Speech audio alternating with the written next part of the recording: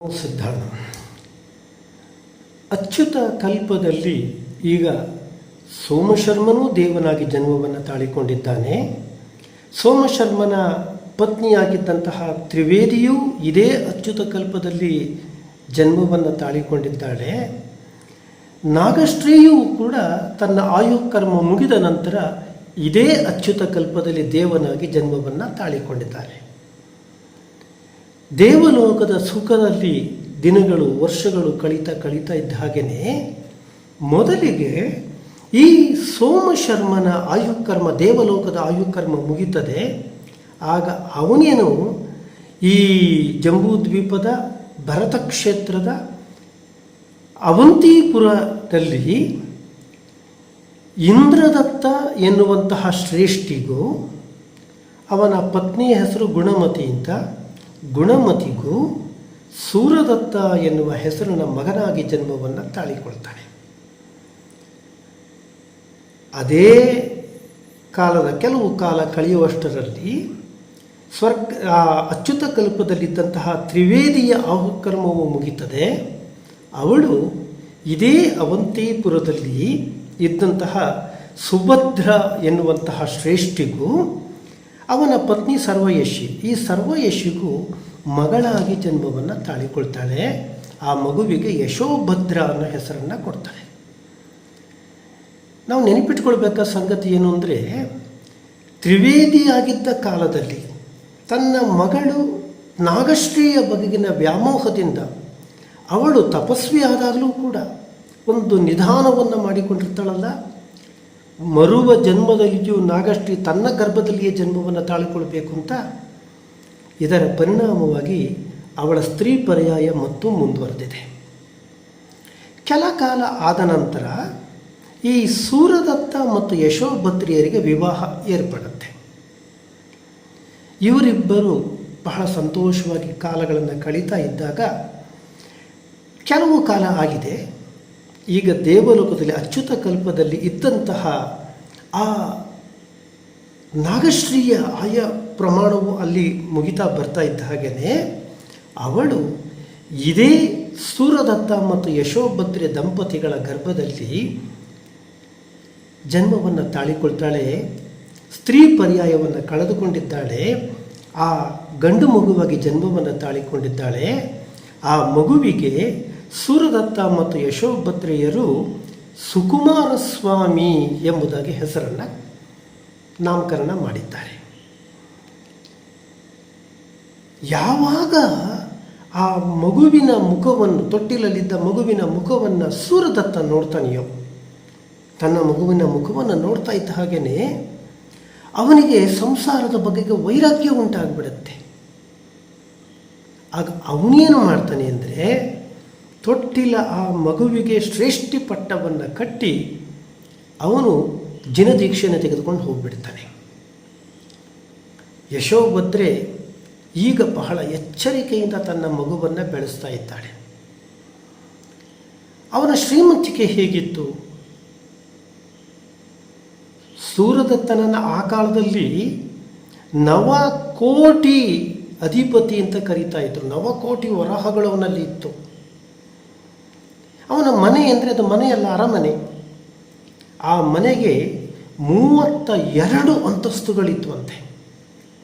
ಅಂತಹ ವೈಭವಪೂರ್ಣವಾದಂತಹ 32 ಅಂತಸ್ತಿನ ಮನೆಯಲ್ಲಿ ಸುಕುಮಾರನ ಬಾಲ್ಯ ಕಳೀತದೆ. ವೈಭವದ ಕಲ್ಪನೆಯನ್ನು ಮಾಡ್ಕೊಳ್ಳೋದಕ್ಕಾಗೋದಿಲ್ಲ. ಹೆಸರಿಗೆ ತಕ್ಕಂತೆಯೇ ಅವನು ಸುಕುಮಾರನಾಗಿ ಬೆಳೀತಾ ಇದ್ದಾನೆ. ಸುಕುಮಾರನಿಗೆ ಯೌವನೋದಯವಾಗಿದೆ.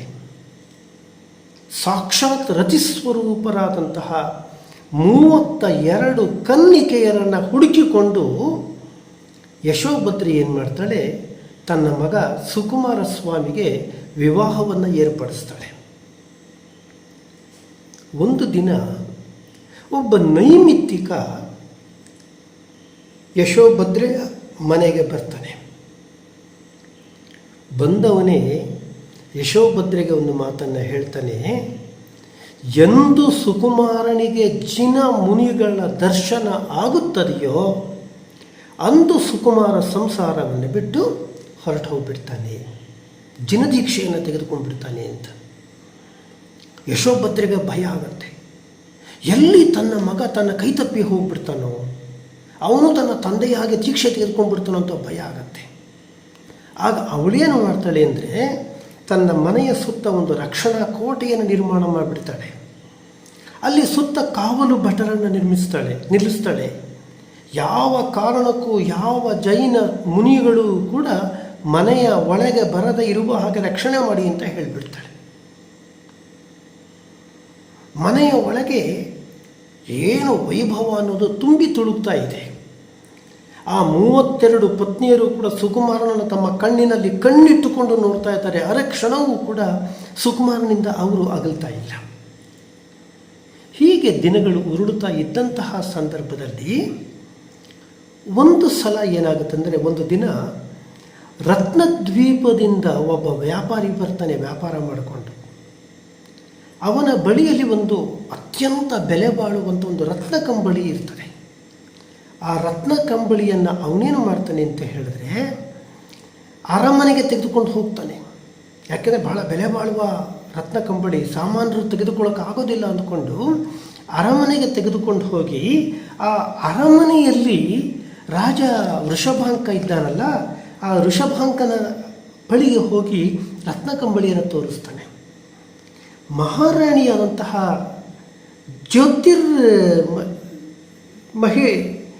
ಮಹಿಯು ಕೂಡ ಆ ರತ್ನ ಕಂಬಳಿಯನ್ನು ನೋಡ್ತಾಳೆ. ತುಂಬ ಸುಂದರವಾದ ರತ್ನ ಕಂಬಳಿ ತೆಗೆದುಕೊಳ್ಬೇಕು ಅಂತ ಆಸೆ ಆಗುತ್ತೆ ಅರಸನಿಗೂ ಕೂಡ. ಬೆಲೆ ಕೇಳ್ತಾನೆ. ಆಗ ವ್ಯಾಪಾರಿ ಹೇಳ್ತಾನೆ, ಈ ರತ್ನ ಕಂಬಳಿಯ ಬೆಲೆ 1,00,000 ದೀನಾರುಗಳು ಅಂತ. 1,00,000 ದೀನಾರುಗಳನ್ನು ಕೊಟ್ಟು ರತ್ನ ಕಂಬಳಿಯನ್ನು ಕೊಳ್ಳೋದಕ್ಕೆ ಸ್ವತಃ ಅರಸನಿಗೂ ಆಗೋದಿಲ್ಲ. ನಿರಾಶನಾದಂತಹ ವ್ಯಾಪಾರಿ ಆ ನಗರದ ಪ್ರತಿಷ್ಠಿತವಾದ ಶ್ರೀಮಂತರಲ್ಲಿ ಯಾರಾದರೂ ತೆಗೆದುಕೊಳ್ಬೋದೇನೋ ಅಂತ ಒಂದು ಸಣ್ಣ ಆಸೆ ಇಟ್ಟುಕೊಂಡು ಊರು ತುಂಬ ಹೋಗ್ತಾ ಇರ್ತಾನೆ ವ್ಯಾಪಾರ ಮಾಡೋದಕ್ಕೆ ಅಂತ. ಹಾಗೆ ಹೋಗ್ತಾ ಅವನು ಯಶೋಭದ್ರೆಯ ಮನೆ ಮುಂದೆ ಬರ್ತಾನೆ. ಯಶೋಭದ್ರೆ ಆ ರತ್ನ ಕಂಬಳಿಯನ್ನು ನೋಡ್ತಾಳೆ. ತುಂಬ ಚೆನ್ನಾಗಿದೆ. ಆಯಿತು, ನಾನು ಈ ಕಂಬಳಿ ತೆಗೆದುಕೊಳ್ತೀನಿ ಅಂತ. ಬೆಲೆ ಕೇಳೋದಕ್ಕೂ ಮೊದಲೇ ವ್ಯಾಪಾರಿ ಹೇಳ್ತಾನೆ, ಇದರ ಬೆಲೆ 1,00,000 ದೀನಾರಗಳು ಅಂತ. ಏನೂ ಯೋಚನೆ ಮಾಡದೆ ಆ 1,00,000 ದೀನಾರವನ್ನು ಆ ವ್ಯಾಪಾರಿಗೆ ಕೊಟ್ಟು ಯಶೋಭದ್ರೆ ಆ ರತ್ನ ಕಂಬಳಿಯನ್ನು ತೆಗೆದುಕೊಳ್ತಾಳೆ. ಈಗಳಿಗೆ ಯೋಚನೆ ಬರುತ್ತೆ, ಅದೇನು ಅವಳಿಗೂ ಬೇಕಾಗಿಲ್ಲ. ಅವಳಿಗೆ 32 ಜನ ಸೊಸೆಯರಿದ್ದಾರೆ. ಯಾರೊಬ್ಬರಿಗೂ ಈ ರತ್ನ ಕಂಬಳಿ ಕೊಟ್ಟರೆ ಉಳಿದವರ ಮನಸ್ಸಿಗೆ ಬೇಜಾರಾಗತ್ತೆ. ಅದಕ್ಕೊಂದು ಉಪಾಯ ಮಾಡ್ತಾಳೆ. ಆ ರತ್ನ ಕಂಬಳಿಯನ್ನು 32 ತುಂಡುಗಳಾಗಿ ವಿಭಜಿಸ್ತಾಳೆ. ಆ 32 ತುಂಡುಗಳನ್ನು ಪ್ರತಿಯೊಬ್ಬ ತನ್ನ ಸೊಸೆಯಂದ್ರಿಗೂ ಆಕೆ ಹಂಚ್ತಾಳೆ. ಸೊಸೆಯರು ಏನು ಮಾಡ್ತಾರೆ, ಬಹಳ ಮೃದುವಾಗಿದೆ ಅದರ ಕಂಬಳಿಯ ತುಂಡುಗಳು. ಅವ್ರೇನು ಮಾಡ್ತಾರೆ ಅಂದರೆ, ತಾವು ಪಾದರಕ್ಷೆಗಳನ್ನು ಧರಿಸಿಕೊಳ್ಳುವಾಗ ಪಾದರಕ್ಷೆ ತಮ್ಮ ಕಾಲಿಗೆ ಒತ್ತಿ ತಮಗೆ ನೋವಾಗಬಾರದು ಅನ್ನುವಂತಹ ದೃಷ್ಟಿಯಿಂದ ಆ ರತ್ನ ಕಂಬಳಿಯನ್ನು 2 ತುಂಡುಗಳನ್ನಾಗಿ ಮಾಡಿ ತಮ್ಮ ತಮ್ಮ ಪಾದರಕ್ಷೆಯ ಒಳಗೆ ಅದನ್ನು ಸಿಕ್ಕಿಸಿಕೊಳ್ತಾರೆ. ಈ ಎಲ್ಲ ಸಮಾಚಾರ ಅವಂತಿಪುರದ ಅರಸ ವೃಷಭಾಂಕನ ಕಿವಿಗೆ ತಲುಪುತ್ತೆ. ಅವನಿಗೆ ಆಶ್ಚರ್ಯ ಆಗುತ್ತೆ, ಅರೆ ನನ್ನ ರಾಜ್ಯದಲ್ಲಿ ಇಷ್ಟೊಂದು ಶ್ರೀಮಂತಿಕೆ ಇರುವವರಿದ್ದಾರೆಯೋ ಅಂತ. ಆಗ ಅವನು ಸಂದೇಶವಾಹಕರ ಮೂಲಕವಾಗಿ ಯಶೋಭದ್ರೆಗೆ ಸಂದೇಶವನ್ನು ಕಳಿಸ್ತಾನೆ, ನಾನು ಈಗ ನಿಮ್ಮನ್ನು ಭೇಟಿ ಮಾಡಲಿಕ್ಕೆ ನಿಮ್ಮ ಮನೆಗೆ ಬರ್ತೇನೆ ಅಂತ. ಅರಸ ತಮ್ಮ ಮನೆಗೆ ಬರ್ತಾನೆ ಅಂತ ಗೊತ್ತಾಗ್ತಾ ಇದ್ದ ಹಾಗೆಯೇ ಯಶೋಭದ್ರೆ ಏನು ಮಾಡ್ತಾಳೆ ಅಂತ ಹೇಳಿದ್ರೆ, ಬಹಳ ವೈಭವಯುತವಾದ ರೀತಿ ತಮ್ಮ ಮನೆಯಿದ್ದ ಬೀದಿಯನ್ನು ಅಲಂಕಾರ ಮಾಡ್ತಾಳೆ. ಚಿನ್ನದ ಮತ್ತು ವಜ್ರದ ತೋರಣಗಳನ್ನು ಕಟ್ಟಿಸ್ತಾಳೆ. ರತ್ನಗಳಿಂದ ಅವಳು ಆ ರಸ್ತೆಯ ಉದ್ದಕ್ಕೂ ಕೂಡ ರಂಗೋಲಿಗಳನ್ನು ಬಿಡಿಸ್ತಾಳೆ, ನವರತ್ನಗಳನ್ನು ಬಳಸಿಕೊಂಡು. ವೈಭವಯುತವಾದಂತಹ ವಾದ್ಯಕಾರರು ಬಂದು ಅರಸನ ಸ್ವಾಗತಕ್ಕೆ ಸಿದ್ಧವಾಗಿದ್ದಾರೆ. ಅರಸ ಆ ಮೆರವಣಿಗೆಯನ್ನು ನೋಡಿ, ಆ ಮನೆಯನ್ನು ನೋಡಿ ದಿಗ್ಭ್ರಾಂತನಾಗಿ ಹೋಗ್ತಾನೆ. ಯಶೋಭದ್ರೆಯಲ್ಲಿ ಕೇಳ್ತಾನೆ, ನನ್ನ ತಮ್ಮ ಸುಕುಮಾರ ಎಲ್ಲಿ ಅಂತ. ಅವಳು ಹೇಳ್ತಾಳೆ, ತಾವು ಬಂದದ್ದು ಅವನಿಗೆ ಇನ್ನೂ ಗೊತ್ತಾಗಿಲ್ಲ, ಕರ್ಕೊಂಬರ್ತೀನಿ ತಾಳಿ ಅಂತ ಹೇಳ್ತಾಳೆ. 32ನೇ ಮಹಡಿಯ ಮೇಲಿದ್ದಂಥ ಸುಕುಮಾರನ ಬಳಿಗೆ ಹೋಗಿ ಹೇಳ್ತಾಳೆ, ಮಗನೇ, ನಮ್ಮನ್ನು ಆಳುವ ಅರಸರು ಬಂದಿದ್ದಾರೆ, ನಿನ್ನನ್ನು ನೋಡೋದಕ್ಕೋಸ್ಕರವಾಗಿ ಕೆಳಗಿಳಿದು ಬಾ ಅಂತ. ಸುಕುಮಾರ ಸ್ವಾಮಿ ಎಷ್ಟು ಮುಗ್ಧ ಅಂದರೆ, ಹೌದಾ ಅಮ್ಮ, ನಮ್ಮನ್ನು ಆಳುವವರು ಇದ್ದವರಿಯೋ ಅಂತ ಕೇಳ್ತಾನೆ. ಇದ್ದಾರೆ ಮಗ, ಅವರೇ ಈ ರಾಜ್ಯದ ಅರಸರು, ನಿನ್ನನ್ನು ನೋಡಕ್ಕೆ ಬಂದರೆ ಕೆಳಗೆ ಬಾ ಅಂತಾಳೆ. ಸುಕುಮಾರ ತಾಯಿಯ ಮಾತನ್ನು ಮೀರಲಾರ್ದೆ ಕೆಳಗೆ ಬರ್ತಾನೆ.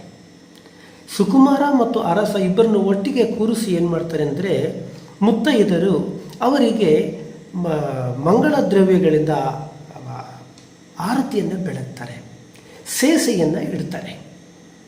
ಸೇಸೆಯನ್ನು ಇಟ್ಟಾಗ ಸುಕುಮಾರನಿಗೆ ಕುಳಿತುಕೊಳ್ಳಲಿಕ್ಕಾಗದೆ ಮಿಸುಕಾಡೋದಕ್ಕೆ ಶುರು ಮಾಡ್ತಾನೆ. ಆರತಿ ಬೆಳಗುವಾಗ ಸುಕುಮಾರನ ಕಣ್ಣುಗಳಿಂದ ನೀರು ಬರೋದಕ್ಕೆ ಶುರುವಾಗುತ್ತೆ. ಅರಸ ನೋಡ್ತಾನೆ, ಮನಸ್ಸಲ್ಲಿ ಅನ್ಕೋತಾನೆ, ಇವನು ಏನೋ ಬೆನ್ನಿನ ರೋಗ ಇರಬೇಕು, ಒದ್ದಾಡ್ತಾ ಇದ್ದಾನೆ ಕೂತ್ಕೊಳ್ಳೋದಕ್ಕೆ, ಕಣ್ಣಿನಲ್ಲಿ ಏನೋ ಸಮಸ್ಯೆ ಇರಬೇಕು, ಕಣ್ಣಲ್ಲಿ ನೀರು ಬರ್ತಾ ಇದೆ ಅಂತ. ಅರಸ ಮಜ್ಜನಕ್ಕಾಗಿ ಮಜ್ಜನ ಗೃಹಕ್ಕೆ ಹೋಗ್ತಾನೆ. ಮಜ್ಜನದ ಸಮಯದಲ್ಲಿ ಅವನ ಬೆರಳಿನಲ್ಲಿ ಇದ್ದಂತಹ ಮಾಣಿಕ್ಯದ ಉಂಗುರ ಜಾರಿ ತೊಟ್ಟಿಯೊಳಗೆ, ನೀರಿನ ತೊಟ್ಟಿಯೊಳಗೆ ಬಿದ್ದು ಹೋಗ್ತದೆ. ತನ್ನ ಉಂಗುರ ವಾಪಸ್ ತೆಗೆದುಕೊಳ್ಬೇಕು ಅಂಥೇಳಿ ಆ ನೀರು ಹೋಗುವ ರಂಧ್ರವನ್ನು ಅರಸ ತೆಗೆಸಿ ನೋಡ್ತಾನೆ. ನೀರೆಲ್ಲ ಹೋದ ನಂತರ ಹೀಗೆ ತೊಟ್ಟಿ ನೋಡಿದಾಗ ಅವನಿಗೆ ಆಘಾತ ಆಗುತ್ತೆ. ತನ್ನ ಭಂಡಾರವನ್ನು ಮೀರಿಸುವಂಥ ಇಂದ್ರನ ಸಾಕ್ಷಾತ್ ಭಂಡಾರವೇ ಅಲ್ಲಿ ಪ್ರತ್ಯಕ್ಷವಾಗಿದೆಯೋ ಏನೋ ಎನ್ನುವ ರೀತಿಯಲ್ಲಿ ಆ ನೀರಿನ ತೊಟ್ಟಿಯೊಳಗೆ ಅಸಂಖ್ಯಾತವಾದ ಬೆಲೆ ಬಾಳುವಂತಹ, ಬೆಲೆ ಕಟ್ಟಲಾರದಂತಹ ಉಂಗುರಗಳು, ಸರಗಳು, ತೋಳುಬಂದಿಗಳು, ಅಸಂಖ್ಯಾತವಾದ ಆಭರಣಗಳಲ್ಲಿ ಬಿದ್ದಿರ್ತದೆ. ಅಬ್ಬಾ, ಇವರ ವೈಭವವೇ ಅಂತ ಅರಸ ಮನಸ್ಸಿನಲ್ಲಿಯೇ ಅಂದ್ಕೋತಾನೆ. ಈಗ ಭೋಜನಕ್ಕೆ ಸಿದ್ಧವಾಗಿದೆ. ಅರಸ ಮತ್ತು ಸುಕುಮಾರ ಒಟ್ಟಿಗೆ ಭೋಜನಕ್ಕೆ ಕೂತ್ಕೊಂಡಿದ್ದಾರೆ. ಭೋಜನ ಮಾಡ್ತಾ ಇದ್ದಾಗೆ ಅರಸ ಗಮನಿಸ್ತಾನೆ, ಸುಕುಮಾರ ಅರ್ಧ ತುತ್ತಿನಲ್ಲಿ ಅರ್ಧವನ್ನು ತಿಂತಾ ಇದ್ದಾನೆ, ಅರ್ಧ ಉಗುಳ್ತಾ ಇದ್ದಾನೆ. ಅರಸ ಅಂದ್ಕೋತಾನೆ, ಬಹುಶಃ ಇವನಿಗೆ ಆಹಾರದ ದೋಷವೂ ಇರಬೇಕು ಅಂತ. ಎಲ್ಲ ಆಗತ್ತೆ. ತಾನು ಬಂದ ಭೇಟಿಯ ಉದ್ದೇಶ ಪೂರ್ಣ ಆಯಿತು. ಅರಸ ಇನ್ನು ಹೊರಡಬೇಕು. ಅತ್ಯಂತ ಬೆಲೆ ಕಟ್ಟಲಾಗದ ಅಪೂರ್ವವಾದಂತಹ ಆಭರಣಗಳ ರಾಶಿಯನ್ನು ಯಶೋಭದ್ರೆ ಏನು ಮಾಡ್ತಾಳೆ ಅಂತ ಹೇಳಿದ್ರೆ, ಅರಸನಿಗೆ ಕಾಣಿಕೆಗಳಾಗಿ ಕೊಡ್ತಾಳೆ. ಅರಸ ಆಗ ಯಶೋಭದ್ರೆಗೆ ಹೇಳ್ತಾನೆ, ನೋಡಿ, ನನ್ನ ತಮ್ಮನನ್ನು ನಾನು ಬಂದಾಗಲಿಂದ ಗಮನಿಸ್ತಾ ಇದ್ದೇನೆ. ಅವನಿಗೆ ಸೇಸೆ ಇಕ್ಕುವಾಗ ಆತ ಬಹುಶಃ ಬೆನ್ನಿನ ಕಾಯಿಲೆ ಇರಬೇಕು, ಒದ್ದಾಡ್ತಾ ಇದ್ದ. ಆರತಿ ಎತ್ತಿದ್ರೆ ಕಣ್ಣಲ್ಲಿ ನೀರು ಬರುತ್ತೆ, ಕಣ್ಣಿನ ದೋಷ ಇದೆ ಅವನಿಗೆ. ಊಟ ಮಾಡ್ಬೇಕಾದ್ರೆ ಅರ್ಧ ತಿಂತಾನೆ, ಅರ್ಧ ಉಗುಳ್ತಾನೆ, ಆಹಾರದ ದೋಷ ಇರಬೇಕು ಅಂತ. ಆಗ ಯಶೋಭದ್ರೆ ಹೇಳ್ತಾಳೆ, ನಿಮ್ಮ ತಮ್ಮನಿಗೆ ಅಂತಹ ಯಾವ ಸಮಸ್ಯೆಯೂ ಇಲ್ಲ. ಹುಟ್ಟಿದ ದಿನದಿಂದ ಅವನು ಮಾಣಿಕ್ಯದ ಬೆಳಕನ್ನೇ ನೋಡ್ತಾ ಇದ್ದವನವನು. ಇವತ್ತು ನೀವು ಬಂದ್ರಿ ಅಂತ ಮಾಡಿಯಿಂದ ಕೆಳಗಿಳಿದು ಬಂದಿದ್ದಾನೆ. ಅವನು ಇಷ್ಟು ದಿನವೂ ಮೇಲೇ ಇದ್ದವನು, ಮಾಣಿಕ್ಯದ ಬೆಳಕಿನಲ್ಲಿ ನೋಡ್ತಾ ಇದ್ದವನು, ಸೂರ್ಯನ ಬೆಳಕನ್ನೇ ನೋಡಿದರೆ ಅವನು. ಇವತ್ತು ಯಾವಾಗ ಅವನ ಮುಂದೆ ಈ ಒಂದು ಬೆಂಕಿಯ ಬೆಳಕಿನ ಆರತಿ ಮಾಡುವಾಗ ಅದು ಅವನ ಕಣ್ಣನ್ನು ಚುಚ್ಚಿ ಅವನಿಗೆ ಕಣ್ಣಲ್ಲಿ ನೀರು ಬರ್ತಾ ಇತ್ತು ಅಷ್ಟೇ.